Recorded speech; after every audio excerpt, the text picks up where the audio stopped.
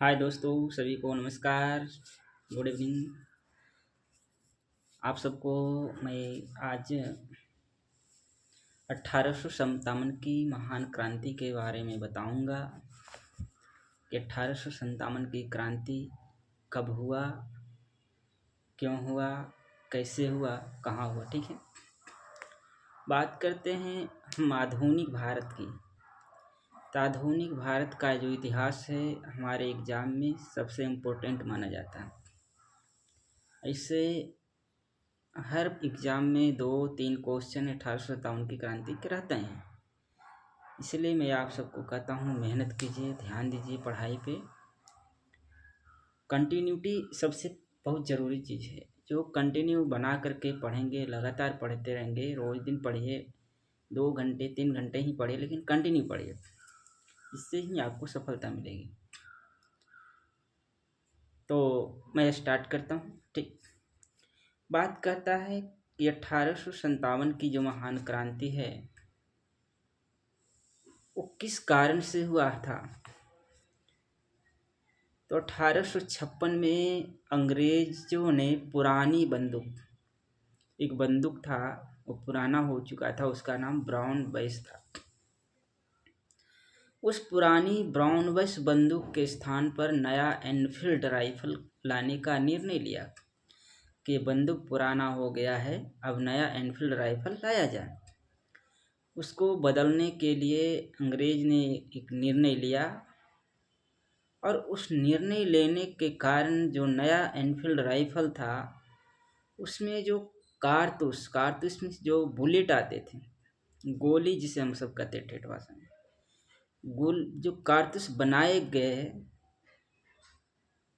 उन्हें राइफल में भरने से पहले मुंह से खोलना पड़ता था,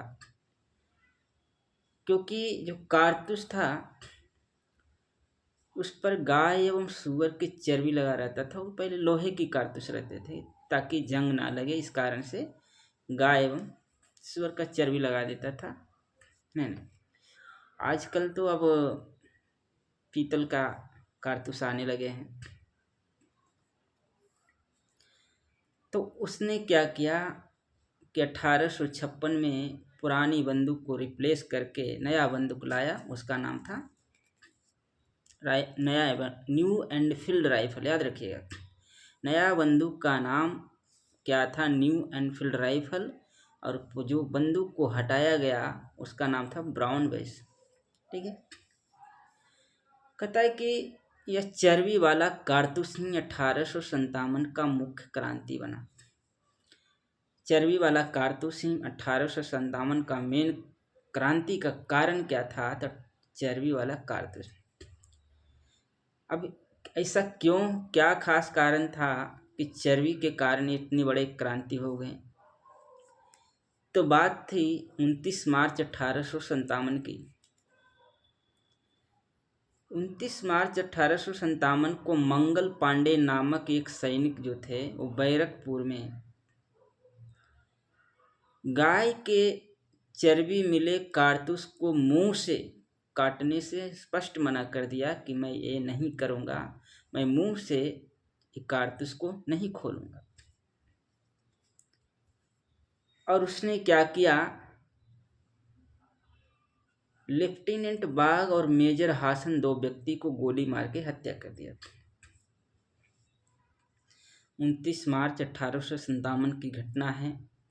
बैरकपुर में मंगल पांडे नामक एक सैनिक ने मना कर दिया कि मैं चर्बी वाला कारतूस नहीं मुंह से खोलूँगा। लेकिन अंग्रेज़ों ने नहीं माना, बोला आपको अगर जॉब करनी है, सर्विस में रहनी है तो ये काम करना पड़ेगा। अंततः उसने गुस्साए चिढ़ में आकर के लेफ्टिनेंट बाग एवं मेजर हासन को गोली मार करके हत्या कर दी। उसके बाद मंगल पांडे की गिरफ्तारी होते हैं। 8 अप्रैल 1857 को फांसी दे दिया जाता है। उनको गिरफ्तारी करने के बाद उनको फांसी पड़ जाता है 8 अप्रैल 1857। बोलेगा मंगल पांडे को कब फांसी पड़ा था, तो 8 अप्रैल 1857 को। ठीक है, और फांसी से चढ़ने से पहले मंगल पांडे ने एक नारा दिए थे, और वो नारा को याद रखिए, बहुत बार क्वेश्चन में पूछता था कि जब फांसी चढ़ने से पहले मंगल पांडे ने किस चीज़ का नारा दिया था, कौन सा शब्द बोले थे, तो हल्ला बोल का नारा दिए थे। फांसी चढ़ने से पहले मंगल पांडे ने किसका नारा दिया था, हल्ला बोल का नारा दिया था। किसका, हल्ला बोल का। अब पूछेगा कि मंगल पांडे का जो संबंध था, जो सैनिक थे, उनका बटालियन नंबर क्या था, तो बोलेगा 34वीं बंगाल नेटिव इन्फेंट्री।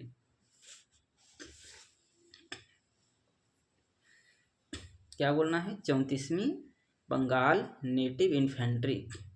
मंगल पांडे का संबंध किससे था, तो 34वीं बंगाल नेटिव इन्फेंट्री। ठीक, मंगल पांडे का संबंध किससे था, 34वीं बंगाल नेटिव इन्फेंट्री। अब कारण क्या हुआ, जब मंगल पांडे को 8 अप्रैल 1857 की फांसी दे दी गई, तो उस बैरक के लोग, उनके साथी लोग कुछ नहीं बोले, और उसके छोड़ करके, बैरकपुर के छोड़ करके 10 मई को 1857 को दिल्ली में मेरठ की पैदल टुकड़ी, नेटिव मीन्स क्या होता है, पैदल जो होता है ना, पैदल पुलिस, पेडेस्ट्रियन है ना। तो 10 मई 1857 के दिन मेरठ के पैदल टुकड़ी, उनका संख्या था 20 नेटिव इन्फेंट्री, 1857 की क्रांति की शुरुआत कौन किए थे। कोई पूछेगा 1857 की क्रांति की शुरुआत किसने किया, कहाँ से हुआ, तो बोलना है कि 10 मई 1857 को क्रांति की शुरुआत मेरठ के 20 नेटिव इन्फेंट्री से हुआ था। कहाँ से, मेरठ के 20वीं बटालियन नंबर 20वां नेटिव इन्फेंट्री है ना, से हुआ था, पैदल टुकड़ी जिसे कहते हैं। बोलेगा 1857 की क्रांति के समय भारत का गवर्नर जनरल कौन था, तो लॉर्ड कैनिंग था, है ना। 1857 की क्रांति के समय भारत का गवर्नर जनरल कौन था, लॉर्ड कैनिंग था। और इंग्लैंड के प्रधानमंत्री उस समय कौन थे, तो पामस्टन थे, जो लिबरल पार्टी के सदस्य थे। पूछेगा कि 1857 की क्रांति के समय बंगाल के गवर्नर जनरल, 1857 की क्रांति के समय भारत का गवर्नर जनरल कौन था, लॉर्ड कैनिंग था। और ब्रिटेन में जो थे प्रधानमंत्री कौन थे, तो पामस्टन बोलना, जो लिबरल पार्टी के सदस्य थे। ठीक है, अब कहता है, पूछेगा अंग्रेजी भारतीय सेना का निर्माण कब हुआ, 1784 में हुआ। अंग्रेजी भारतीय सेना का निर्माण कब हुआ, 1784 में। मैं रिपीट करता हूँ, अंग्रेजी भारतीय सेना का निर्माण 1784 में। अंग्रेजी भारतीय सेना का निर्माण 1784 में। अंग्रेजी भारतीय सेना का निर्माण 1784 में। उस समय मेजर स्ट्रिंजर लॉरेंस नामक अंग्रेजी भारतीय सेना का जनक माना जाता था। पूछेगा अंग्रेजी भारतीय सेना का जनक किसे कहते हैं, मेजर स्ट्रिंजर लॉरेंस। अंग्रेजी भारतीय सेना का जनक किसे कहते हैं, मेजर स्ट्रिंजर लॉरेंस। अंग्रेजी भारतीय सेना का जनक किसे कहते हैं, मेजर स्ट्रिंजर लॉरेंस। अंग्रेजी भारतीय सेना का जनक किसे कहते हैं, मेजर स्ट्रिंजर लॉरेंस। मैं आपको एकदम डीपली पढ़ा रहा हूँ, ध्यान से सुनिएगा, वीडियो को कभी भी स्किप मत कीजिए। कोई भी चीज़ कंटेंट होते हैं ध्यान से सुना जाता है तब समझ में आता है। तो बोलेगा कि अंग्रेजी भारतीय सेना का गठन कब हुआ, 1784 में। अंग्रेजी भारतीय सेना का गठन कब हुआ, तो 1784 बोलना है। और बोलना है कि अंग्रेजी भारतीय सेना का जो जनक किसे माना जाता है, मेजर स्ट्रिंजर लॉरेंस को, मेजर स्ट्रिंजर लॉरेंस को। अब कहानी होता है, जब मेरठ से 1857 की क्रांति का युद्ध छिड़ा, तब आगे चल करके क्या होता है, 1857 के विद्रोह के बाद सेना का पूर्ण रूप से पुनर्गठन किया गया। अंग्रेजों ने क्या किया, फिर से बनाया, पुनर्गठन किया, है ना, जिसका मुख्य उद्देश्य था कि दोबारा ऐसा विद्रोह ना हो, है ना। 1857 के जब विद्रोह हो गया तो उसके बाद क्या किया, अंग्रेजों ने यहाँ जो रह रहे थे, है ना, लॉर्ड कैनिंग ने बोला कि नहीं, फिर से मैं सेना का गठन किया, जिसका मुख्य उद्देश्य एक विद्रोह नहीं होने देना था। इसके लिए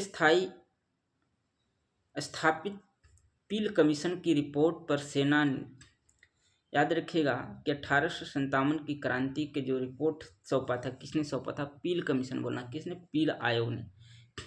पील आयोग में क्या किया कि यूरोपीय सैनिक का अनुपात तथा उच्च पदों पर अब भारतीय क्या किया कि भारतीय सैनिकों की तुलना में यूरोपीय सैनिक का अनुपात बढ़ा दिया। कहा कि नहीं, भारतीय सैनिक कम रहेंगे तब ज़्यादा उत्पात नहीं करेंगे, है ना। और उच्च पद, बड़े बड़े पोस्ट पर भारतीय सैनिक को, जो भारतीयों की नियुक्ति, जो बड़े बड़े पोस्ट थे हमारे इंडिया में, भारत में, उस पर नियुक्ति पूर्ण रूप से प्रतिबंध कर दिया। जो पहले से ही प्रतिबंध था, लेकिन कुछ में था, कुछ में लोग बड़े बड़े पोस्ट पे रहते थे इंडिया के। बंगाल में यूरोपीय व भारतीय सेना का अनुपात 1:2 था। पूछेगा कि बंगाल में यूरोपीय और भारतीय सेना का अनुपात कितना है, तो 1:2। बंगाल में यूरोपीय और भारतीय सेना का अनुपात कितना है? 1:2। बंगाल में यूरोपीय और भारतीय सेना का अनुपात 1:2। बंगाल में यूरोपीय व भारतीय सेना का अनुपात 1:2, जबकि बम्बई और मद्रास में यूरोपीय और भारतीय सेना का अनुपात 2:5। बम्बई और मद्रास में यूरोपीय भारतीय सेना का अनुपात 2:5। बम्बई मद्रास में यूरोपीय भारतीय सेना का अनुपात 2:5। बम्बई और मद्रास में यूरोपीय भारतीय सेना का अनुपात 2:5 है। ठीक है। अब कुछ इतिहासकार ने 1857 की क्रांति में अलग अलग मत दिए, अलग अलग नारा दिए, है ना। तो आज मैं उनको रिपीट करवाता हूँ, रटाता हूँ। कहता कि सबसे पहले बोला, एक इतिहासकार ने बोला कि यह भारत का प्रथम स्वतंत्रता संग्राम था। किसने बोला? बीडी सावरकर। 1857 क्रांति को भारत का प्रथम स्वतंत्रता संग्राम किसने बोला? बीडी सावरकर। 1857 की क्रांति को प्रथम स्वतंत्रता संग्राम किसने बोला? बीडी सावरकर।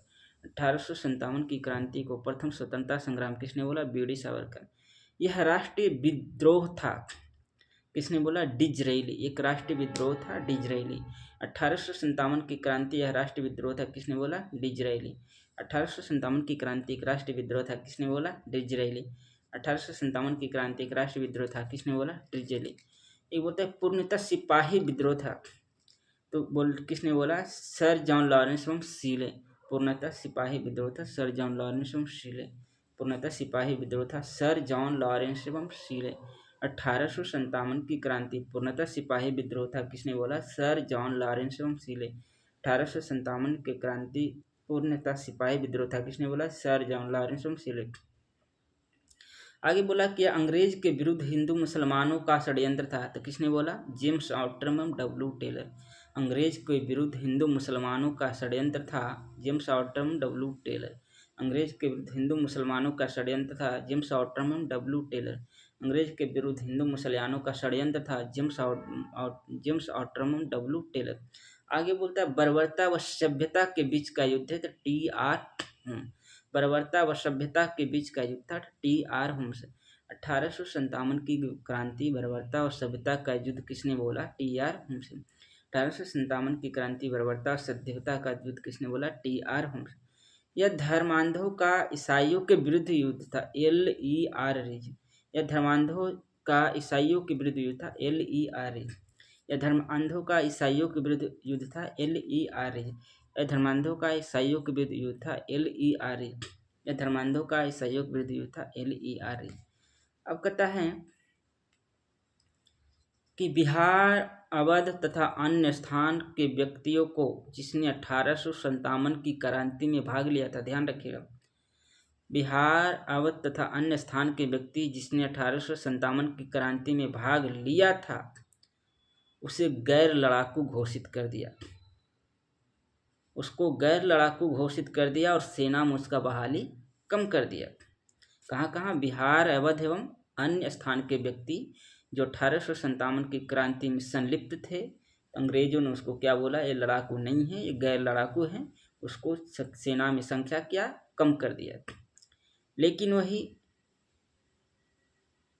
सिख, गोरखा और पठान जिसने 1857 की क्रांति को दबाने में मदद किया था अंग्रेज को। 1857 को क्रांति को दबाने में मदद किसने किया? सिख, गोरखा एवं पठान। उसको लड़ाकू घोषित किया और उसको सेना में भर्ती की संख्या बढ़ा दिया। सिख, गोरखा और पठान को जिन्होंने 1857 की क्रांति में दबाने का प्रयास किया, उसको क्या किया? लड़ाकू घोषित कर दिया और अंग्रेजों ने उसको सेना की संख्या में बहाली के लिए बढ़ा दिया। ठीक है, आगे कहता है कि भारतीय सेना में ऊंचे से ऊंच जब पोस्ट होता था वो सूबेदार का पोस्ट, याद रखिएगा, नोट रखिएगा। भारतीय सेना में ऊंचे से ऊंचे पोस्ट कौन था? सूबेदार। भारतीय सेना में ऊंचे से ऊंचे पोस्ट कौन था? सूबेदार। किसने कहा था कि क्रांतिकारी में यह एक अकेली मर्द थी? लक्ष्मीबाई को किसने कहा था कि क्रांतिकारी में यह अकेली मर्द थी? तो हीरोज ने बोला था। किसने? हीरोज ने। किसने कहा था? लक्ष्मीबाई की वीरता से प्रभावित होकर के बोला कि क्रांतिकारी में अकेली मर्द थी। किसने कहा? हीरोज ने। लक्ष्मीबाई की वीरता से प्रभावित होकर के किसने बोला कि क्रांतिकारी में यह अकेली मर्द थी? तो हीरोज ने। हाँ जी, किसने कहा क्रांतिकारी में अकेली मर्द थी? किसने बोला? लक्ष्मीबाई को। हीरोज ने। लक्ष्मीबाई को क्रांतिकारी में अकेली मर्द थी, किसने बोला? हीरोज ने। लक्ष्मीबाई को क्रांतिकारी में अकेली मर्द थी, किसने बोला? हीरोज ने। ठीक है,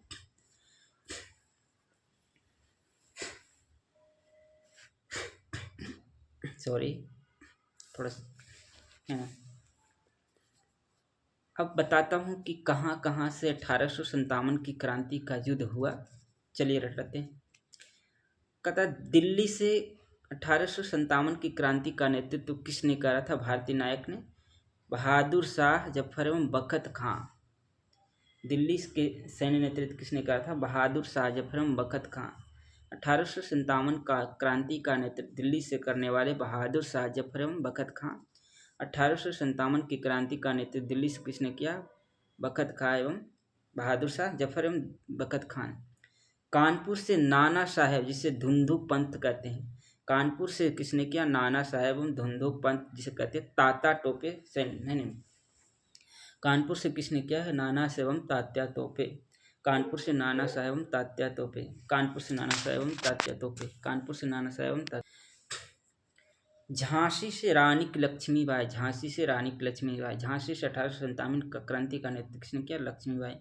झांसी से रानी लक्ष्मीबाई। झांसी से रानी लक्ष्मीबाई। झांसी से रानी लक्ष्मीबाई। झांसी से रानी लक्ष्मीबाई। इलाहाबाद से लियाकत अली खां। इलाहाबाद से लियाकत अली खां। इलाहाबाद से लियाकत अली खां। इलाहाबाद से लियाकत अली खां। इलाहाबाद से लियाकत अली खां। इलाहाबाद से लियाकत अली खां। जगदीशपुर से वीर कुंवर सिंह। जगदीशपुर से वीर कुंवर सिंह। लखनऊ से बेगम हजरत महल, इसको मुहम्मदी खातून कहते हैं। लखनऊ से 1857 की क्रांति का नेतृत्व किसने किया? बेगम हजरत महल, मुहम्मदी खातून। लखनऊ से 1857 की क्रांति का नेतृत्व किसने किया? बेगम हजरत महल, मुहम्मदी खातून। बरेली से खान बहादुर खान। बरेली से खान बहादुर खान। बरेली से खान बहादुर खान। बरेली से खान बहादुर खान। फैजाबाद से मौलवी अहमद उल्ला। फैजाबाद से मौलवी अहमद उल्ला। फैजाबाद से मौलवी अहमद उल्ला। फैजाबाद से मौलवी अहमद उल्ला। फैजाबाद से मौलवी अहमद उल्ला। एक है फतेहपुर से अजमुल्ला। फतेहपुर से अजीमुल्ला। फतेहपुर से अजीमुल्ला। फतेहपुर से अजीमुल्ला। फतेहपुर से अजीमुल्ला। अब मैं बताता हूँ, एकदम बारीकी से बताऊँ। दिल्ली में 1857 की क्रांति का नेतृत्व किसने किया? तो बहादुर शाह जफर एवं बखत खां। बखत खां ने सेना का नेतृत्व कर रहा था।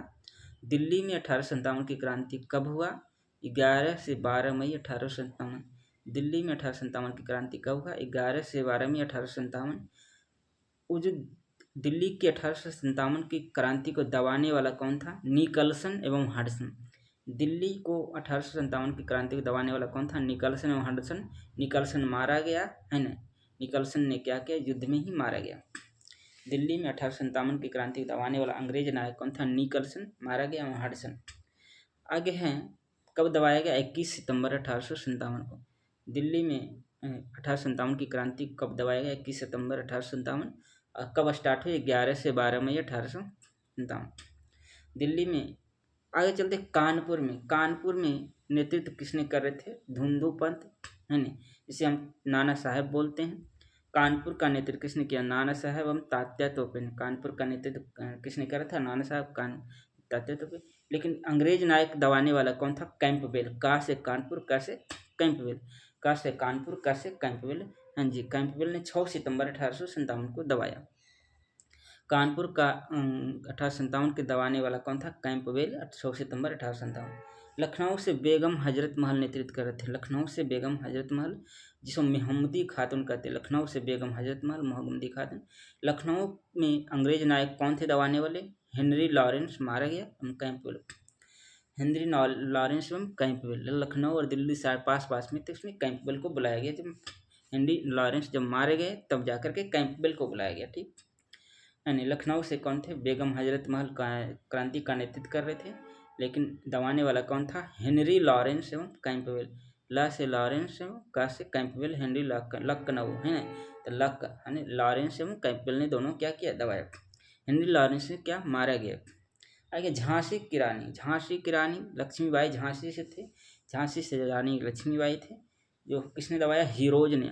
और यही हीरोज ने झांसी की रानी को, लक्ष्मीबाई को पिता से प्रभावित होकर के कहा कि क्रांति में अकेली मर्द थी, है ना। झांसी की रानी लक्ष्मीबाई हीरोज ने कब दबाया गया? 3 अप्रैल 1858 को। कब दबाया? 3 अप्रैल 1858 को क्रांति दबाया गया। झांसी में कब हुआ? जून 1857 की में क्रांति स्टार्ट हुआ था। जून 1857 में क्रांति स्टार्ट। इलाहाबाद से लियाकत अली खां। इलाहाबाद से लियाकत अली खां नेतृत्व कर रहे थे। इलाहाबाद क्रांति को दबाने वाले कौन थे? कर्नल नील। नील है जी, कर्नल नील।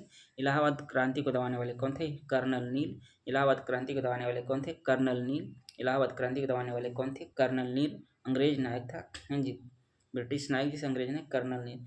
जगदीशपुर से कुंवर सिंह। जगदीशपुर अगस्त 1857 में हुआ क्रांति। जगदीशपुर से कुंवर सिंह। जगदीशपुर का क्रांति को दबाने कौन था? विलियम टेलर एवं विंसेंट आयर। किसने? विलियम टेलर एवं विंसेंट आयर 1858 में दबाया जगदीशपुर से। ठीक है, अगर बरेली है, बरेली के खान बहादुर खान। बरेली से नेतृत्व कौन कर रहे थे? खान बहादुर खान। बरेली समझ जाए कहाँ है, आप जान रहे हैं। बरेली दिल्ली के निकट है, तो दिल्ली में कौन थे? निकलसन, जो मारा गया, तो आए हडसन। बरेली, हाँ जी, खान बहादुर खान। वहाँ का अंग्रेज नायक दबाने वाला कौन था? हडसन। बरेली खान बहादुर खान और अंग्रेज नायक कौन था? हडसन। फैजाबाद मौलवी अहमद उल्ला। फैजाबाद मौलवी अहमद उल्ला। फैजाबाद मौलवी अहमद उल्ला। फैजाबाद कहाँ? इलाहाबाद के पास में। फैजाबाद कहाँ? इलाहाबाद पर। तो इलाहाबाद को जो दबाने वाला अंग्रेज नायक था, वो फैजाबाद वाला दबाने वाला नायक कौन था? कर्नल नील। फैजाबाद को क्रांति को दबाने वाला नायक कौन था? कर्नल नील। फैजाबाद क्रांति को दबाने वाला नायक कौन था? कर्नल नील। फतेहपुर से किसने इतने थे? अजीमुल्ला। फतेहपुर जनरल रेनल्ड ने दबाने वाला नायक था, जनरल रेनल्ड। फतेहपुर दबाने वाला नायक कौन था? जनरल रेनल्ड ने। फतेहपुर दबाने वाला नायक कौन था? जनरल रेनल्ड ने कब दबाया? 1858 में। ठीक है, कहता है कि तात्या तोपे का वास्तविक नाम रामचंद्र पांडुरंग था। हाँ जी, तात्या तोपे का वास्तविक नाम रामचंद्र पांडुरंग था। तात्या तोपे का वास्तविक नाम रामचंद्र पांडुरंग। उन्हें सिंधिया के सामंत मान सिंह को धोखा दे करके पकड़वा दिया था। हाँ जी, मान सिंह जो था, सिंधिया का जो सामंत था, मान सिंह ने तात्या तोपे को धोखा से पकड़वा दिया। 18 अप्रैल 1859 को शिवपुरी में अंग्रेजों ने इन्हें फांसी पर लटका दिया। तात्या तोपे की फांसी कब हुई? तब बोलना 18 अप्रैल 1859 में। तात्या तोपे को धोखे से किसने पकड़वाया? तो सिंधिया के मान सिंह ने पकड़वाया। सिंधिया का जो सामंत था, मान सिंह ने पकड़वाया। तात्या तोपे का फांसी कब हुआ? 18 अप्रैल 1859 को। और उसको धोखे से पकड़ाने वाला कौन था? तो सिंधिया का सामंत मान सिंह। बेगम हजरत महल का जन्म 1820 में कहाँ हुआ था? बेगम हजरत महल का जन्म 1820 में और मृत्यु 1879 नेपाल में हुआ। बेगम हजरत महल का जन्म 1820 में और मृत्यु 1879 नेपाल में हुआ था। बेगम हजरत महल का जन्म और मृत्यु कहाँ हुआ था? नेपाल में हुआ था। उन्होंने काठमांडू के जामा मस्जिद में दफनाया गया। काठमांडू के जामा मस्जिद में किसे दफनाया गया? बेगम हजरत महल को। काठमांडू के जामा मस्जिद में किसे दफनाया गया? बेगम हजरत महल को। काठमांडू के जामा मस्जिद में किसे दफनाया गया? बेगम हजरत महल को। काठमांडू के जामा मस्जिद में किसे दफनाया गया? बेगम हजरत महल को। और बेगम हजरत महल का जन्म 1820 में और मृत्यु 1879 में कहाँ हुआ था? नेपाल में। ठीक है, यही था 1857 की क्रांति का पूरा एक टॉपिक मैंने वीडियो बनाया। देखिए, पसंद आए लाइक कीजिए, शेयर कीजिए, सब्सक्राइब कीजिए। धन्यवाद। मैं अब बात को समाप्त करता हूँ।